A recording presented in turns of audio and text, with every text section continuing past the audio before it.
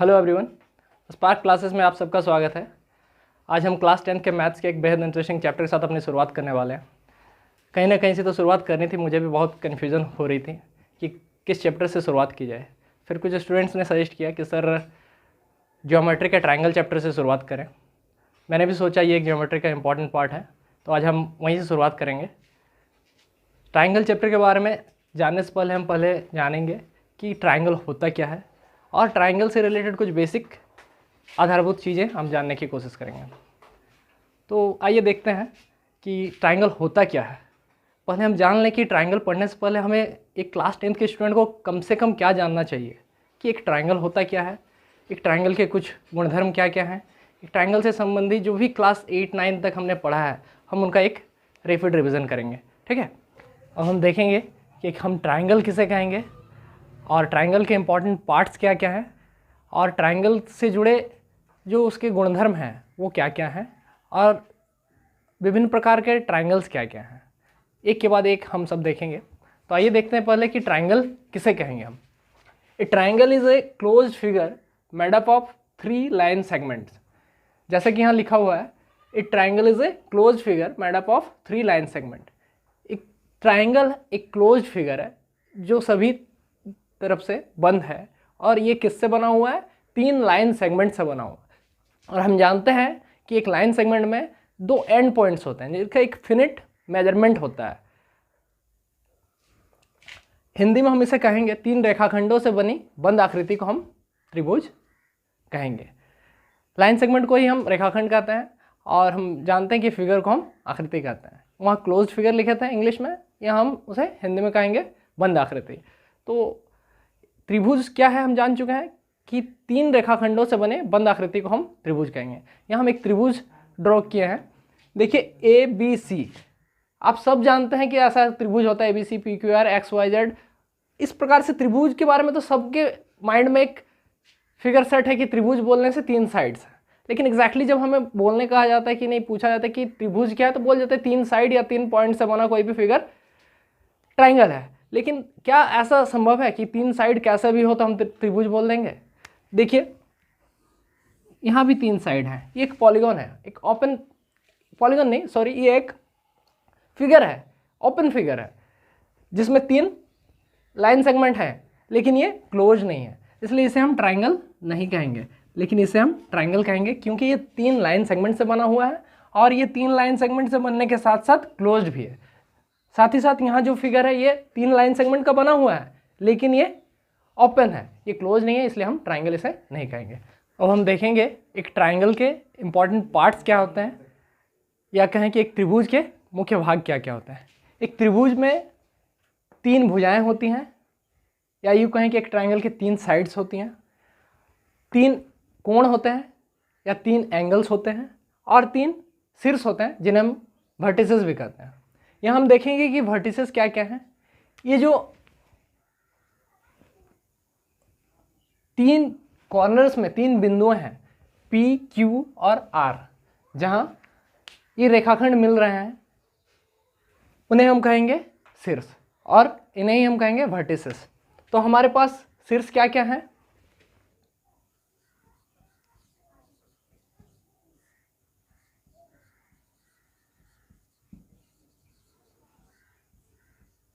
P, Q और R। अब इस त्रिभुज की भुजाएं क्या क्या हैं, साइड्स क्या क्या हैं?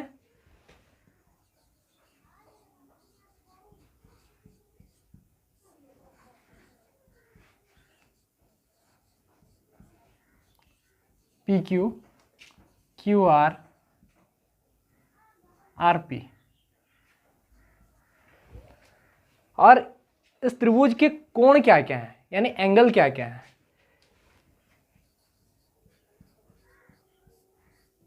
एंगल्स, इन्हें हम एंगल P, एंगल Q और एंगल R कह सकते हैं, या हम इन्हें एंगल QPR, एंगल PQR और एंगल QRP भी कह सकते हैं। ये थे हमारे किसी भी त्रिभुज के ऐसे 3 पार्ट्स हो सकते हैं, वर्टिसेस, साइड्स और एंगल्स। अब हम देखेंगे कि एक त्रिभुज के होने के लिए उनकी भुजाएं कैसी होनी चाहिए, उनकी भुजाओं के बीच कैसे संबंध होने चाहिए ताकि हम बोल सकें कि वो एक त्रिभुज ही है। तो अब हम देखेंगे कि एक त्रिभुज के 3 साइड्स कैसे होने चाहिए कि हम कह सकें कि नहीं ये त्रिभुज के ही 3 भुजाएं हैं। अगर हमें कोई माप दे दिया गया हो कि एक त्रिभुज है ABC जिसमें AB BC और AC है, तो ये संभव है कि नहीं कि ABC एक त्रिभुज बनेगा इन मापों के साथ, ये जांच करने के लिए हमें क्या पता होना चाहिए। तो मैं कह दूं कि इसके लिए सबसे ज़रूरी बात जो हमें पता होनी चाहिए कि एक त्रिभुज के किन्हीं 2 भुजाओं का योग हमेशा तीसरी भुजा से ज़्यादा होता है, यानी the sum of 2 sides of a triangle is always greater than the third side. और एक नियम है जो ये कहता है कि त्रिभुज के किसी 2 भुजाओं का मापों का अंतर उनकी तीसरी भुजा के माप से छोटा होता है, यानी the difference of the measurement of 2 sides of a triangle is always less than the measurement of third side. आइए देखते हैं, हमारे पास एक त्रिभुज है PQR। इस त्रिभुज के माध्यम से हम जानेंगे कि क्या होता है। एक त्रिभुज PQR हमने लिया है, यहाँ अगर हम कंसिडर करते हैं PQ और QR 2 साइड को और इन्हें हम जोड़ते हैं तो ये तीसरे साइड PR से ज़्यादा होनी चाहिए।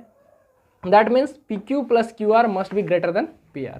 अब अगर हम QR और PR को लेते हैं और इन्हें जोड़ते हैं तो QR plus PR must be greater than PQ, और अगर हम लेते हैं PQ प्लस PR तो ये भी QR जो कि थर्ड साइड हमारे पास बचा हुआ है इससे बड़ा होना चाहिए। That is PQ plus PR must be greater than QR।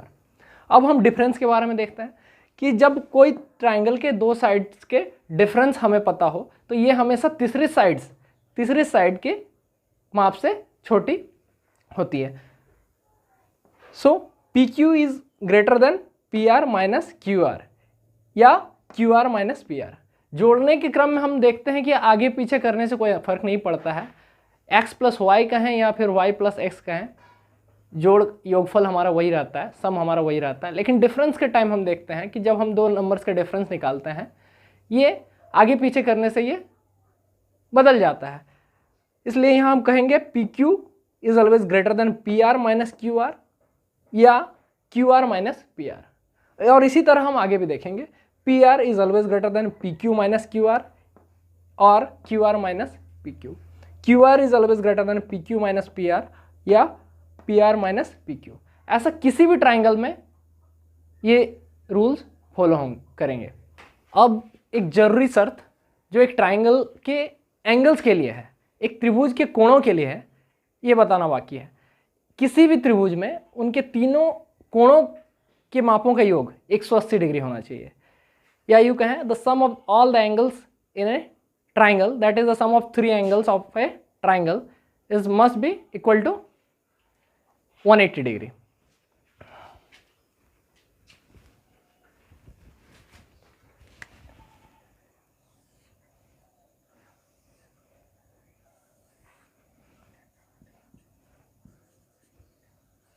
अगर हम देखते हैं एक त्रिभुज ABC जिसमें कोण A, कोण B और कोण C है, तो हम कह सकेंगे यहाँ पे कि angle A plus angle B plus angle C is equal to 180 degree.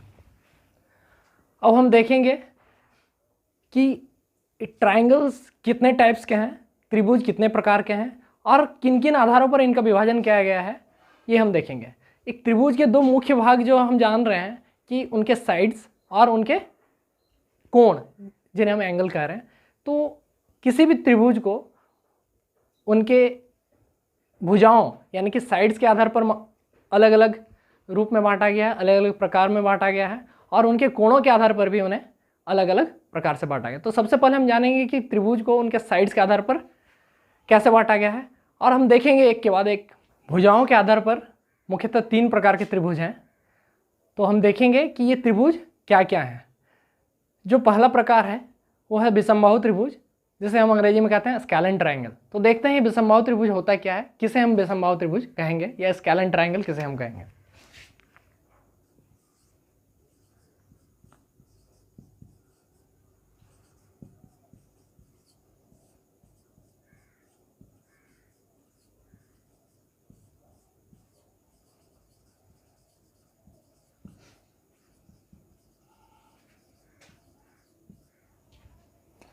ऐसा त्रिभुज जिसकी तीनों भुजाएं असमान हो या जिसकी तीनों भुजाएं अलग अलग हों उसे हम कहेंगे विषमबाहु त्रिभुज या स्कैलेन ट्राइंगल।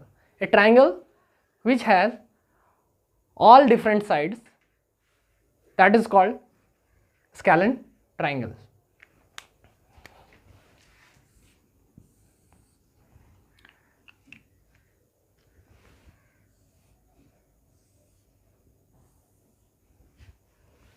एक एग्जांपल देखेंगे हमने एक ट्राइंगल ड्रॉ किया है ABC।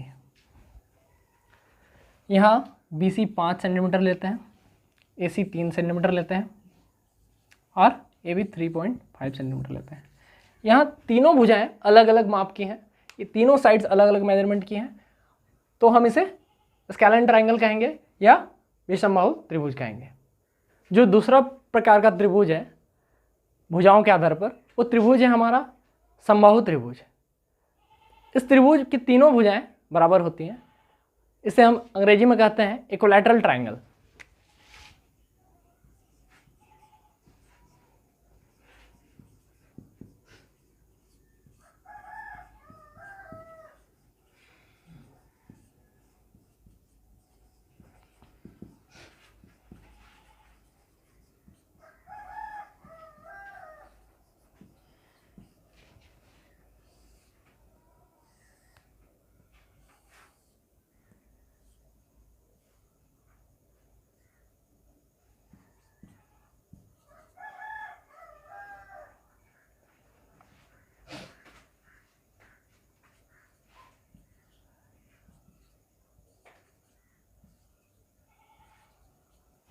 हमारे पास एक उदाहरण है ABC त्रिभुज, जिसमें AB 5 सेंटीमीटर है, BC 5 सेंटीमीटर है और AC भी 5 सेंटीमीटर है। क्लियरली हमें पता चल रहा है कि इस त्रिभुज की तीनों भुजाएं बराबर हैं, तीनों साइड्स बराबर हैं, तो हम इसे कहेंगे इक्विलैटरल ट्राइंगल। नेक्स्ट हम देखेंगे आइसोसेलेस ट्राइंगल, जिसे हम कहते हैं समद्विबाहु त्रिभुज। जो नेक्स्ट ट्राइंगल के बारे में हम पढ़ने वाले हैं वो है आइसोसेलेस ट्राइंगल, समद्विबाहु त्रिभुज। ऐसा त्रिभुज जिसकी दो भुजाएं बराबर होती हैं उसे हम कहते हैं समद्विबाहु त्रिभुज या फिर आइसोसेलेस ट्राइंगल।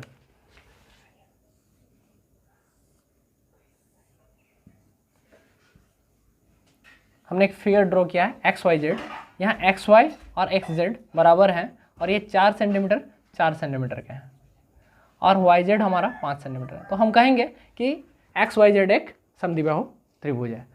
और एक चीज़ जो मैं बताने भूल गया, एक विषमबाहु त्रिभुज की तीनों कोण भिन्न भिन्न होते हैं। जैसे उनकी तीनों भुजाएं भिन्न भिन्न होती हैं, वैसे एक विषमबाहु त्रिभुज की तीनों कोण भी भिन्न भिन्न होते हैं। और एक समबाहु त्रिभुज के जैसे तीनों भुजाएं बराबर होती हैं वैसे तीनों कोण बराबर होती हैं। और एक समद्विबाहु त्रिभुज में जैसे दो भुजाएं बराबर हो रही हैं वैसे दो कोण भी बराबर होते हैं।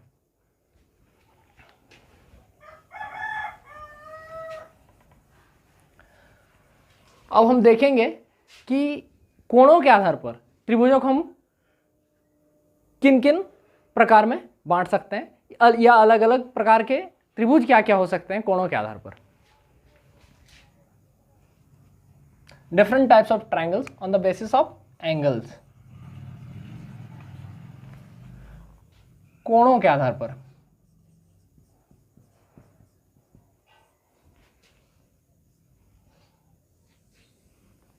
मैं इसे एक ही साथ दिखा देना चाहूंगा।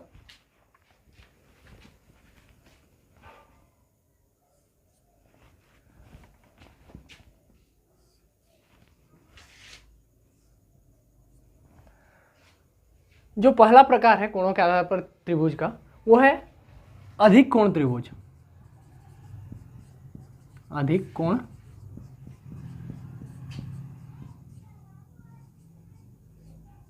त्रिभुज, इसे हम कहेंगे obtuse angle, obtuse angled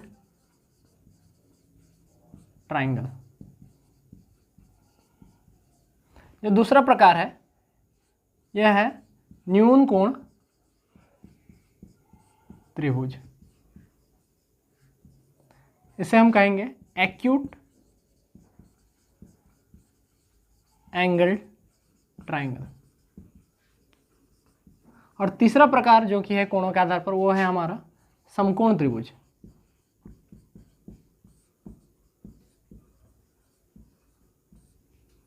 right angle triangle, right angled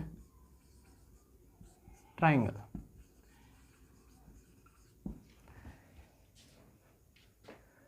figure के माध्यम से हम देखेंगे प्रत्येक प्रकार के त्रिभुज के बारे में। एक अधिक कोण त्रिभुज में कोई भी एक कोण 90 डिग्री से अधिक होता है, यानी अधिक कोण होता है। हम यहाँ एक कोण ले लेते हैं 110 डिग्री, बाकी एक 40 डिग्री, एक 30 डिग्री, क्योंकि हम जानते हैं कि त्रिभुज के तीनों कोणों का योग 180 डिग्री होना चाहिए। यहाँ हम देख रहे हैं कि एक त्रिभुज के एक कोण 110 डिग्री जो कि 90 डिग्री से ज़्यादा है, तो हम कहेंगे कि एक अधिक कोण त्रिभुज है। अब न्यून कोण त्रिभुज की क्या शर्त है? एक न्यून कोण त्रिभुज होने के लिए एक त्रिभुज के तीनों कोण 90 डिग्री से कम यानी कि न्यून कोण होने चाहिए।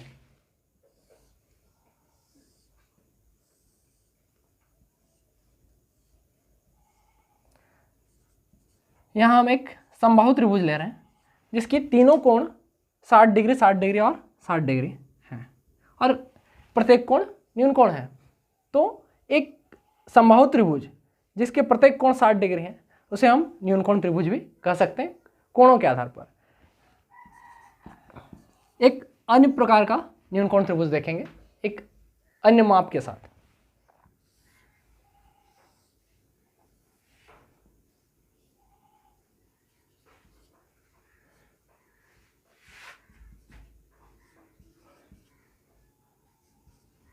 हमने और एक त्रिभुज बना लिया है PQR, जिसमें एक कोण 80 डिग्री है, दूसरा 30 और तीसरा 70 डिग्री। इस त्रिभुज के भी सभी कोण न्यून कोण हैं, अतः हम इसे भी न्यून कोण त्रिभुज कहेंगे या एक्यूट एंगल ट्राइंगल कहेंगे। और ऐसे अलग अलग प्रकार के अलग अलग मापों के साथ बहुत सारे न्यून कोण त्रिभुज हो सकते हैं, बशर्ते कि इस त्रिभुज होने के लिए जो शर्त है, जरूरी शर्त है कि एक न्यून कोण त्रिभुज के प्रत्येक कोण 90 डिग्री से कम होने चाहिए, यह होना बहुत जरूरी है। अब देखेंगे समकोण त्रिभुज। किसी त्रिभुज को हम समकोण त्रिभुज तभी कहेंगे जब इसका कोई एक कोण 90 डिग्री हो, तभी हम कहेंगे इसे एक समकोण त्रिभुज।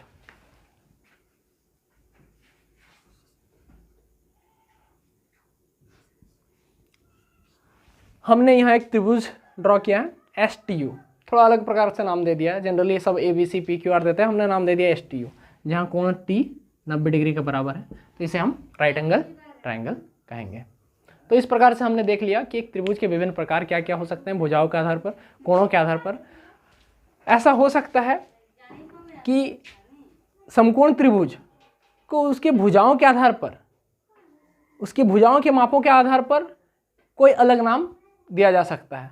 उसकी भुजाओं के आधार पर वो समद्विबाहु त्रिभुज भी हो सकता है यदि भुजाओं के माप के आधार पर कहें, हो सकता है वो विषमबाहु त्रिभुज भी हो सकता है, ऐसा हो सकता है। लेकिन कोणों के आधार पर ये त्रिभुज है, और भुजाओं के आधार पर जो त्रिभुज मैंने कहा विषमबाहु त्रिभुज, समबाहु त्रिभुज और समद्विबाहु त्रिभुज ये हैं। आगे हम देखेंगे समरूपता और सर्वांग समता के बारे में, जो क्लास 10th के सबसे शुरुआती कंसेप्ट है। क्लास 10th का जो पहला पड़ाव है हमारा, यहीं से शुरू होता है कि समरूपता क्या है। और सर्वांग समता के बारे में हम क्लास 9 में ही पढ़ चुके हैं, फिर भी हम अपना समरूपता के बारे में कुछ पढ़ने से पहले हम सर्वांग समता के बारे में कुछ थोड़ी जानकारी एकत्र करेंगे, उनके बारे में चर्चा करेंगे, फिर आगे बढ़ेंगे। बहुत सारी चीज़ों के बारे में हमने डिस्कस कर लिया, अब हम देखेंगे समरूपता और सर्वांग समता के बारे में, जो क्लास 10th का सबसे शुरुआती, क्लास 10th ज्योमेट्री का यानी ट्राइंगल का सबसे शुरुआती कंसेप्ट है। कॉन्ग्रुएंसी एंड सिमिलरिटी, इन्हें हम हिंदी में कहेंगे सर्वांग समता और समरूपता। हिंदी के ये जो शब्द हैं सर्वांग समता और समरूपता, ये शब्द ही काफ़ी है ये बताने के लिए कि ये अवधारणा क्या है। सर्व अंग क्षमता, सर्वांग समता, इससे पता चलता है कि ऐसे कोई भी ऐसा कंसेप्ट जो सर्वांग समानता से जुड़ा है, और समरूपता जो समरूप से जुड़ा हुआ कोई कंसेप्ट है।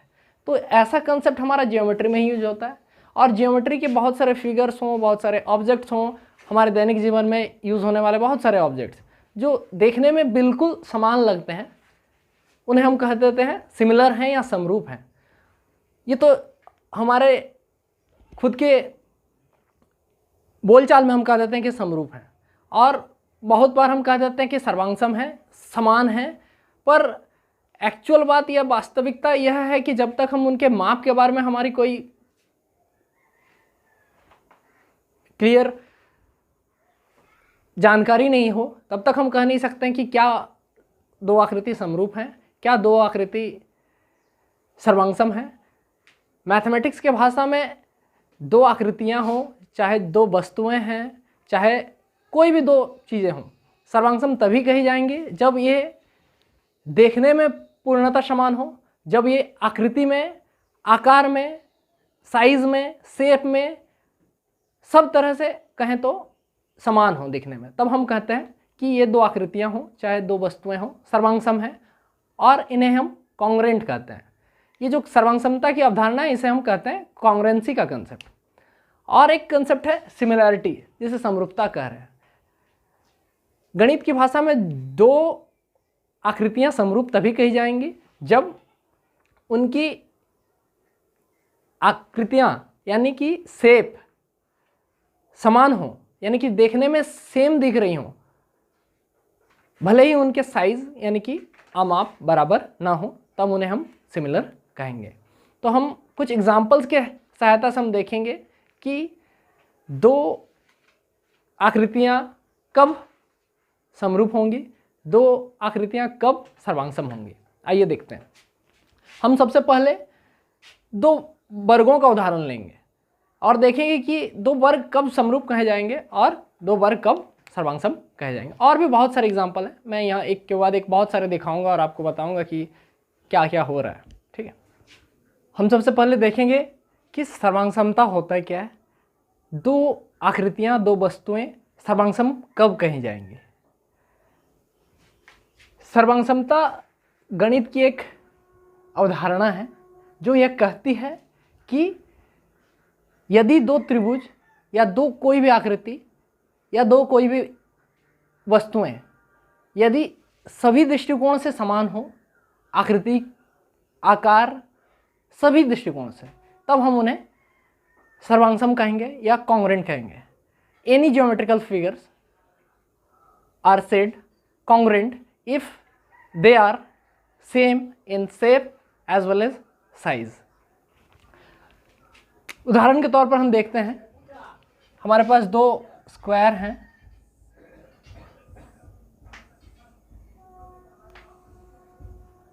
ए बी सी डी, और एक स्क्वायर है जिसे हमने नाम दिया पी क्यू आर एस।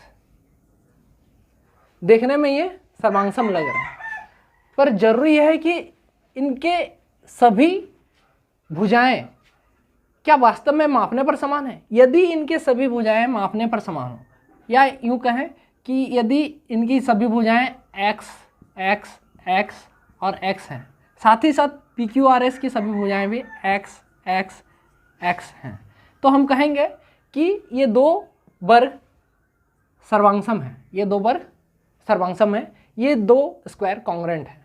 इसी प्रकार से यदि हमारे पास कोई दो त्रिभुज हैं जिनकी तीनों भुजाएं बराबर हों किसी दूसरे त्रिभुज की तीनों भुजाओं से, A B C P Q R, यहाँ हमने दो त्रिभुज ड्रॉ किया है। इनकी भुजाओं का माप हम लेते हैं 4 सेंटीमीटर, 5 सेंटीमीटर, 6 सेंटीमीटर।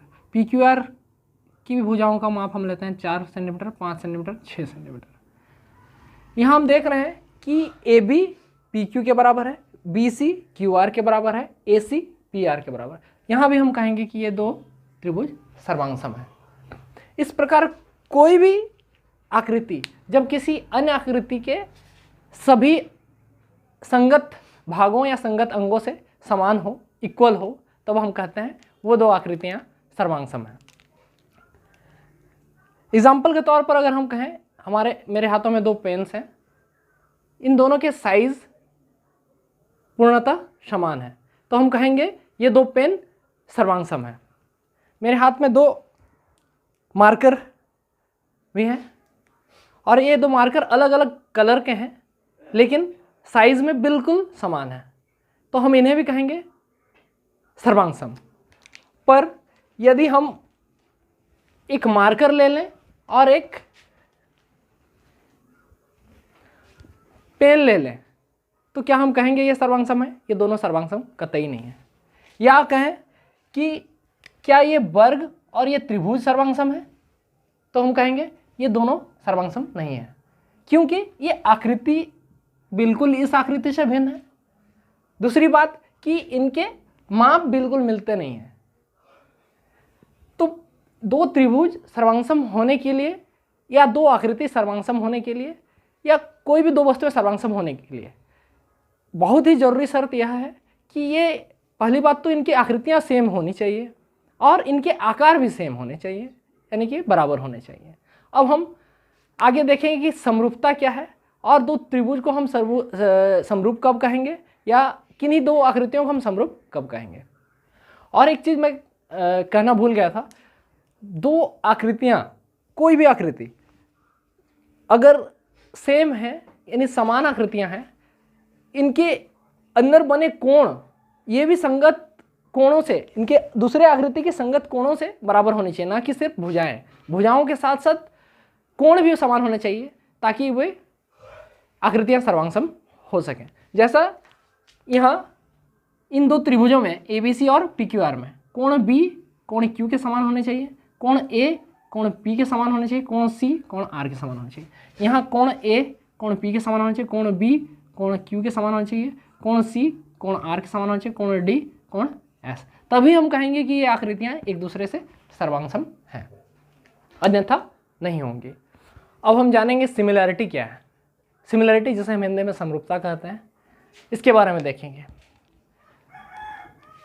कोई भी 2 आकृतियाँ यदि देखने में समान हो तो हम कह देते हैं कि ये समरूप हैं, एक प्रकार के दिखती हैं। गणित की भाषा में भी हम कुछ ऐसा ही कहते हैं, पर कुछ शर्तों के साथ हम 2 आकृतियों को समरूप कहेंगे। शर्तें क्या हैं ये हम आगे देखेंगे। सबसे पहले हम ऐसे भाषा में अगर कहें तो 2 त्रिभुज या 2 कोई भी आकृति समरूप कहे जाएंगे यदि उनकी आकृति और साथ ही साथ अमाप, जिसे हम शेप कह रहे हैं आकृति, और साइज जिसे हम अमाप कर रहे हैं कि उनकी भुजाओं के माप या उस आकृति के जो जरूरी माप हैं वो दूसरे आकृति के माप से बराबर हों। यहाँ हम कुछ उदाहरणों के माध्यम से या एग्जाम्पल्स के थ्रू देखेंगे कि 2 आकृतियाँ या 2 फिगर्स समरूप कब कहे जाएंगे, सिमिलर कब कही जाएंगे। यहाँ हम देखेंगे हमारे पास एक वर्ग है, स्क्वायर है, जिसकी प्रत्येक भुजा प्रत्येक साइड 1 सेंटीमीटर माप की है। दूसरा वर्ग हमारे पास है जिसका प्रत्येक भुजा 2 सेंटीमीटर माप का है, और तीसरा वर्ग जो है इसकी प्रत्येक भुजा 3 सेंटीमीटर। ये तीनों आकृतियाँ साइज में समान नहीं है, लेकिन देखने में और इनके भुजाओं के जो अनुपात हैं आपस में ये समान है, तो एक दूसरे के ये समरूप हैं। ये भुजाएं एक दूसरे से समान अनुपात में है इनकी, इसलिए हम कहेंगे ये आकृतियाँ समरूप हैं। यहाँ और एक त्रिभुज का उदाहरण देखेंगे। प्रत्येक त्रिभुज, पहला त्रिभुज 2 सेंटीमीटर का है जो एक समबाहु त्रिभुज है। दूसरा त्रिभुज 4 सेंटीमीटर भुजा वाला है जिसके प्रत्येक भुजाएं बराबर हैं। तीसरा त्रिभुज 5 सेंटीमीटर भुजाओं वाला है जिसका प्रत्येक भुजा बराबर है।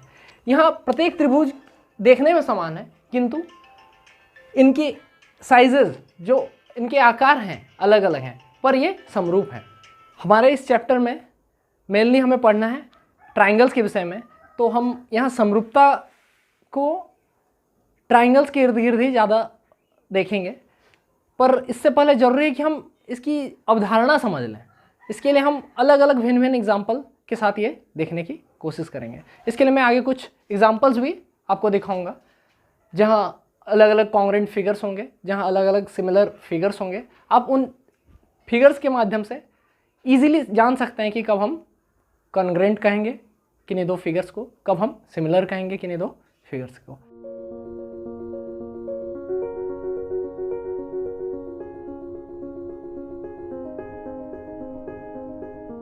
और इससे पहले मैं बता देना चाहूँगा कि सिमिलरिटी के लिए क्या क्या कंडीशन है। कॉन्ग्रुएंसी के लिए मैंने कंडीशन ऑलरेडी बता रखा है कि ये साइज और शेप दोनों सेम होने चाहिए, और सिमिलरिटी के लिए कंडीशन यही है कि ये साइज में भिन्न भिन्न हो सकते हैं पर ये आकृति में समान हो जाए। पर साइज में भी भिन्न भिन्न किस प्रकार से भिन्न भिन्न हो सकते हैं, इसके लिए जरूरी शर्त है साइज ऐसा नहीं कि किसी भी रूप में भिन्न भिन्न हो।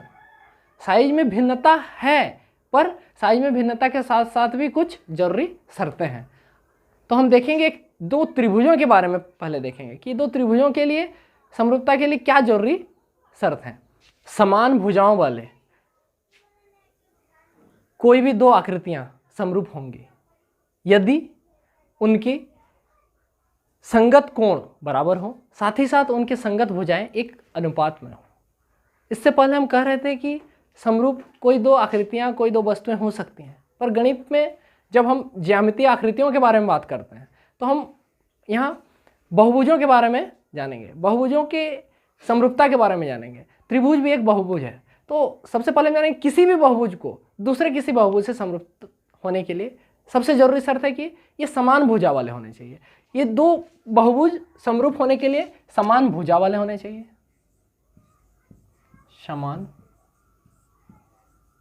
भुजा होनी चाहिए। यानी एक त्रिभुज एक चतुर्भुज से कभी भी समरूप नहीं हो सकता है, एक चतुर्भुज ही एक चतुर्भुज से समरूप हो सकता है, एक पंचभुज ही एक पंचभुज से समरूप हो सकता है, एक षटभुज ही एक षटभुज से समरूप होता है। अगली शर्त क्या है? संगत कोण बराबर होने चाहिए। संगत कोण बराबर होने चाहिए। संगत कोण कॉरस्पॉन्डिंग एंगल, जिसे हम अंग्रेजी में कहते हैं कॉरस्पॉन्डिंग एंगल। संगत कोण बराबर होने चाहिए। संगत कोण किन्हें कहेंगे? Corresponding angle.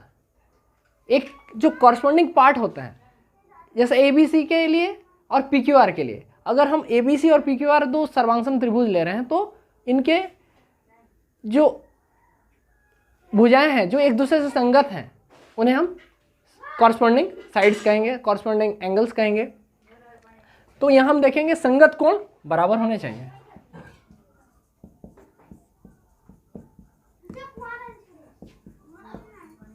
कोई भी दो बहुभुज समरूप होने के लिए जरूरी है संगत कोण बराबर होने चाहिए। तीसरा शर्त है संगत भुजाएं समान अनुपात में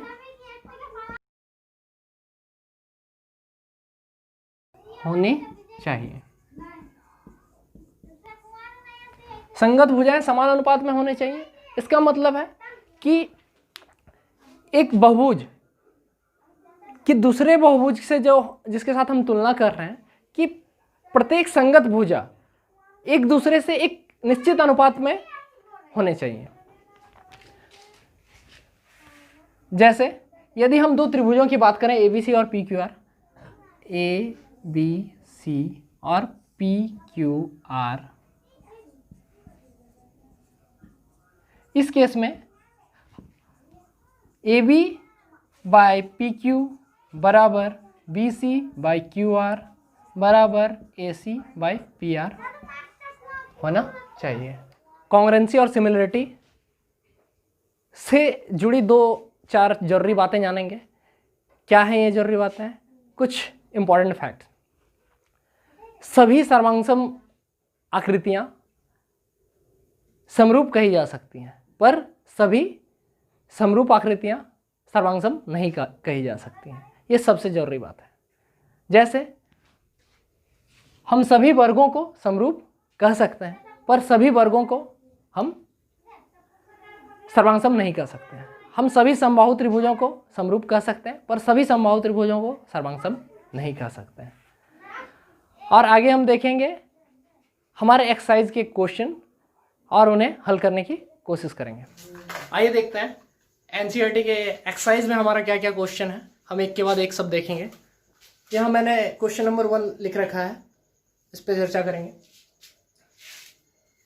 पहले क्वेश्चन का जो पहला सवाल है, सभी वृत्त डैश होते हैं, ऑप्शंस हैं हमारे सर्वांगसम और समरूप।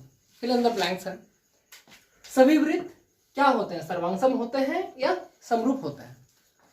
हम यही देखेंगे कि ये सर्वांगसम होते हैं या समरूप होते हैं। याद कीजिए कि सर्वांगसम होने के लिए क्या जरूरी शर्तें थी और समरूप होने के लिए क्या जरूरी शर्तें थी। आइए देखते हैं, ये दो सर्कल, ये कुछ सर्कल मैंने ड्रॉ कर रखा है। ये भिन्न भिन्न आकृति के सर्कल हैं।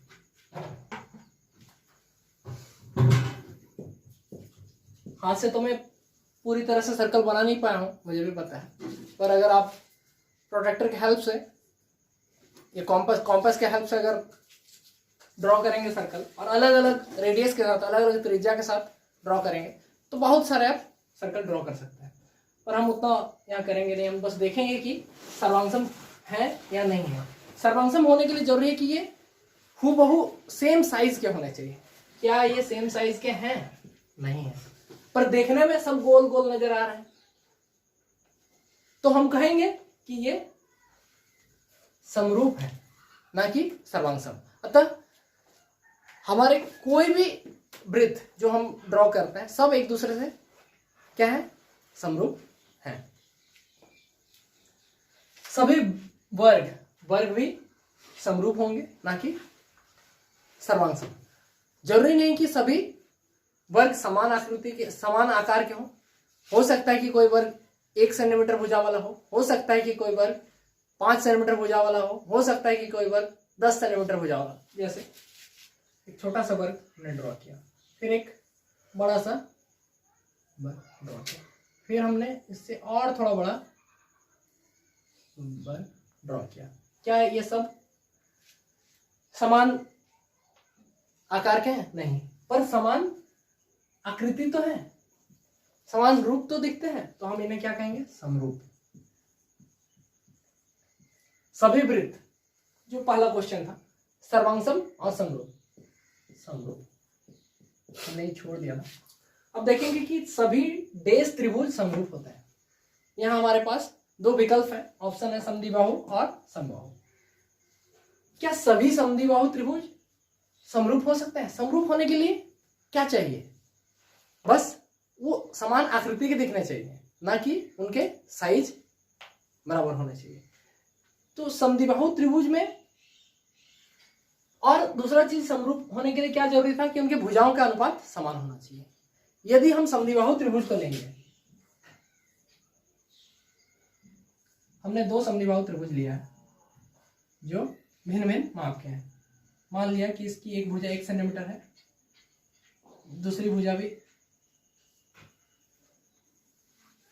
1 सेंटीमीटर है, और ये तीसरी भुजा हमारी √2 सेंटीमीटर है। फिर एक समद्विबाहु त्रिभुज लेते हैं जिसकी एक भुजा 2 है, दूसरी 2 है, और तीसरी भुजा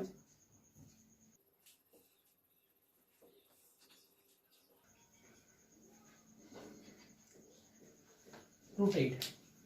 क्योंकि एक समकोण समद्विबाहु त्रिभुज हमारे पास ये 2 है, तो हम देखेंगे कि इनकी भुजाओं के अनुपात जो है समान नहीं है। इनके सभी भुजाओं के अनुपात बराबर नहीं है, तो हम कह नहीं सकते कि समद्विबाहु त्रिभुज हमेशा समरूप होंगे। पर यदि हम समबाहु त्रिभुज लेते हैं तो उनके तीनों भुजाएं बराबर होंगी, और दूसरा जो भी समबाहु त्रिभुज लेंगे उसकी भी तीनों भुजाएं बराबर होंगी। तो आपस में इनकी कोई भी एक भुजाओं के युग्म यदि समान अनुपात में होते हैं तो बाकी भुजाओं के युग्म भी समान अनुपात में होंगे। इसलिए हम कहेंगे कि सभी समबाहु त्रिभुज समरूप होते हैं, ना कि सभी समद्विबाहु त्रिभुज समरूप होते हैं। क्यों? क्योंकि समद्विबाहु त्रिभुज के जो भुजाएं हैं, हम 2 भुजाएं बराबर ले सकते हैं, पर तीसरी भुजा इसके विषय में हमें पता नहीं है। और इसके साथ जो भी त्रिभुज हम लेंगे जिसके साथ हमें तुलना करने की ये समरूप है कि नहीं, सर्वांगसम है कि नहीं, तो वो त्रिभुज, उसमें भी उस प्रकार से कोई माप हो सकता है। पर जरूरी नहीं कि इनके भुजाओं के बीच का जो अनुपात होगा, तीनों भुजाओं के, उसके संगत तीनों भुजाओं के, दूसरे त्रिभुज के संगत तीनों भुजाओं के साथ जो अनुपात होगा ये बराबर होगा, ये निश्चित नहीं है। पर यदि हम 2 समबाहु त्रिभुज लेंगे तो दोनों समबाहु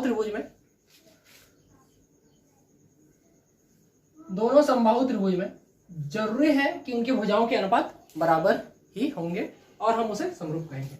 हमारा आखिरी सवाल है, भुजाओं की समान संख्या वाले दो बहुभुज समरूप होते हैं। भुजाओं की समान संख्या वाले, पहले हमने डिस्कस कर रखा है कि दो बहुभुज समरूप होने के लिए सबसे पहले चाहिए कि उनके भुजाएं समान होनी चाहिए। तो भुजाओं की संख्या समान दे रखा है। यदि संगत कोण डैश हो तथा उनकी संगत भुजाएं, संगत कोण, कोणों के बारे में मैंने कह रखा है कि कोई भी दो आकृतियां, कोई भी दो बहुभुज समरूप होंगी यदि उनके संगत कोण बराबर होंगे।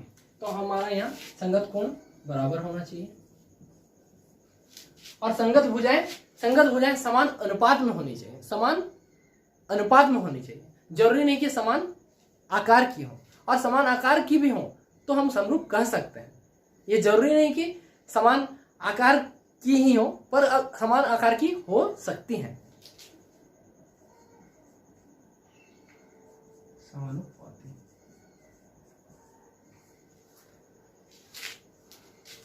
अब हम आगे का सवाल देखेंगे। क्वेश्चन नंबर 2, समरूप आकृतियों के दो भिन्न भिन्न उदाहरण।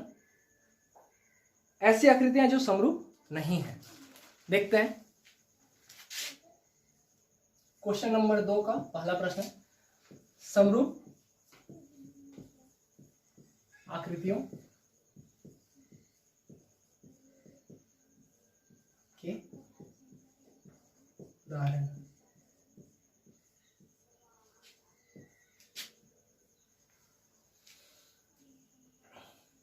समरूप आकृतियों के दो उदाहरण जो हम अपने दैनिक जीवन से भी ले सकते हैं, उनकी आकृतियां भी हम ड्रॉ कर सकते हैं। तो मैं एक साधारण सा उदाहरण देना चाहूंगा। 100 रुपए के दो नोट, इन्हें हम कह सकते हैं समरूप आकृतियों के उदाहरण। मार्केट में जो 100 रुपए के नोट हैं, जो एक साथ जो अभी चल रहे हैं, जो मैं आपको दिखा भी सकता हूं,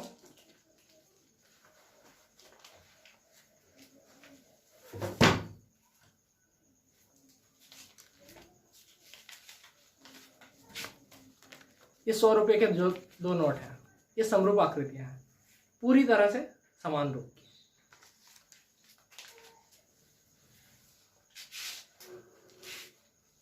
और ये तो समरूप भी है और साथ साथ सर्वांगसम भी है।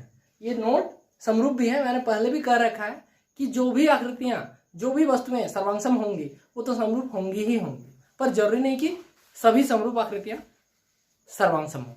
तो ये तो सर्वांगसम आकृतियां थी कि जो समान आकार की थी, तो समरूप है।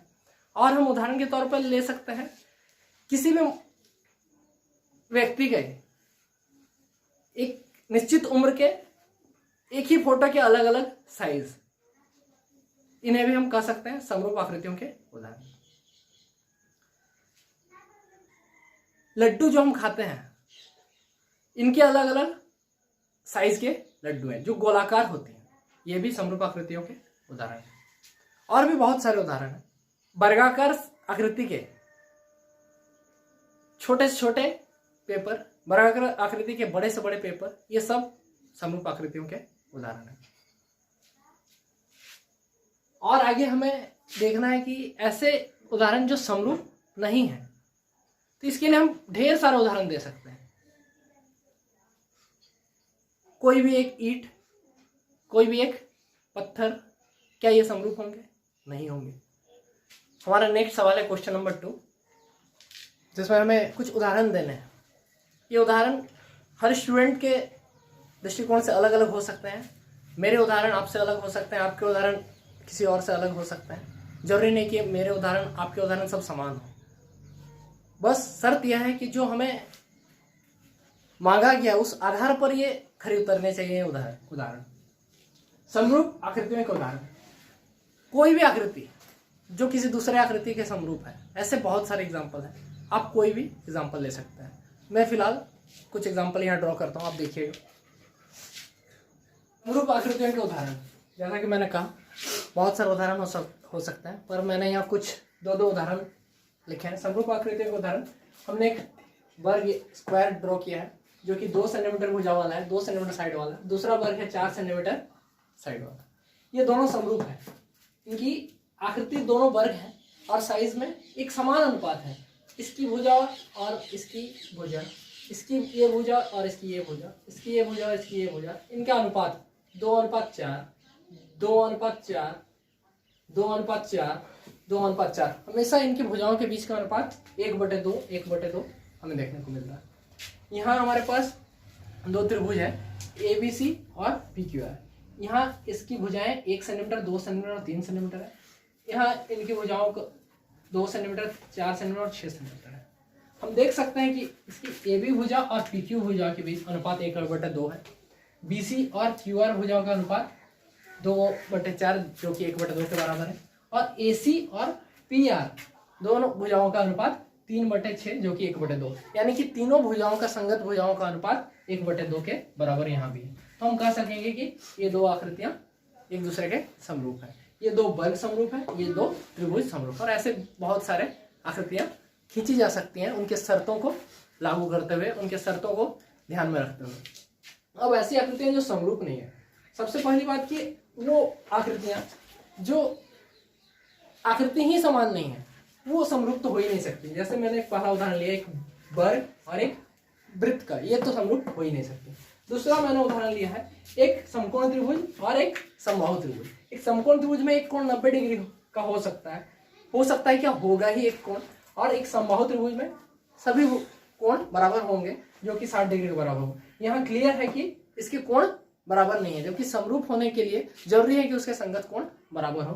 तो यहाँ ये दो त्रिभुज भी समरूप नहीं होंगे। और ऐसे बहुत सारे एग्जाम्पल मैं अभी स्क्रीन पर आपको बोर्ड पर ही दिखाऊंगा, आप देखिएगा तो आपको पता चल जाएगा कि क्या क्या और उदाहरण हो सकते। हमारा आखिरी सवाल है एक्सरसाइज 6.1 का, बताइए कि निम्नलिखित चतुर्भुज समरूप हैं या नहीं। ऐसे बहुत सारे सवाल हमने ऑलरेडी एग्जाम्पल के तौर पर देख रखा है। अब देखिए हमारे पास दो चतुर्भुज हैं, पहला PQRS, दूसरा ABCD। यहाँ माप दिया गया है PQ, QR, RS, SP, चारों भुजाएं 1.5 सेंटीमीटर की हैं। यहाँ और एक वर्ग है जो वर्ग की तरह दिख रहा है, वर्ग ही है जिसके चारों भुजाएं 3 सेंटीमीटर की हैं। यहाँ हम सबसे ज़रूरी चीज़ देखेंगे कि समरूप है या नहीं इसके लिए कि इनकी भुजाओं का अनुपात, सबसे पहले बात कि एक है कि नहीं। दूसरी ज़रूरी बात यह है कि इनके कोण बराबर हैं कि नहीं। ये दो शर्तें थी जो हमने पहले ही डिस्कस कर रखा है कि कोई भी दो बहुभुज समरूप तभी कहे जाएंगे जब उनके संगत कोण बराबर होंगे और उनके संगत भुजाएं एक अनुपात में होंगी। यहाँ जो हमें क्लियरली दिख रहा है कि इनकी भुजाएं एक समान अनुपात में तो हैं, जो कि 1.5/3, 1.5/3, 1.5/3 और 1.5/3 के बराबर हैं। या फिर कहें तो इसे 1/2, 1/2, 1/2, 1/2 भी कह सकते हैं। इनकी भुजाएं समान अनुपात में हैं यहाँ पे, पर इनके कोण, इनके संगत कोण, जैसे S के लिए जो संगत कोण होना चाहिए D, ये और ये कोण बराबर नहीं है, ये और ये कोण बराबर, इनके कोई भी संगत कोण बराबर नहीं है। अतः हम कहेंगे कि ये दो आकृतियाँ जो चतुर्भुज हैं समरूप नहीं हैं। बहुत सारी चीज़ें हो सकती हैं कि छूट गई हो। अगर कोई डाउट हो, कोई क्वेरी हो तो आप कमेंट करें और मैं कोशिश करूँगा कि नेक्स्ट वीडियो में जितना हो सके कोशिश करूँगा वो बेटर प्रेजेंट करूँ, ताकि आप सबको सहूलियत हो, चाहे हिंदी मीडियम वाले हों चाहे इंग्लिश मीडियम वाले हों। ठीक है, धन्यवाद।